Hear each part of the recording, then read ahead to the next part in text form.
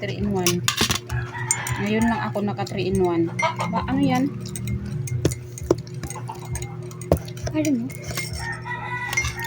Ang ating warrior, kailangan kunting saging lang kay high on potassium. Bawal, bawal, bawal. Wala kami, ulam, kaya nagsaging-saging na lang kami. Masarap naman guys eh. Pamahol, saging. Ako may saging Ang gulay, na. may gisiparit na ko dito nga gulay.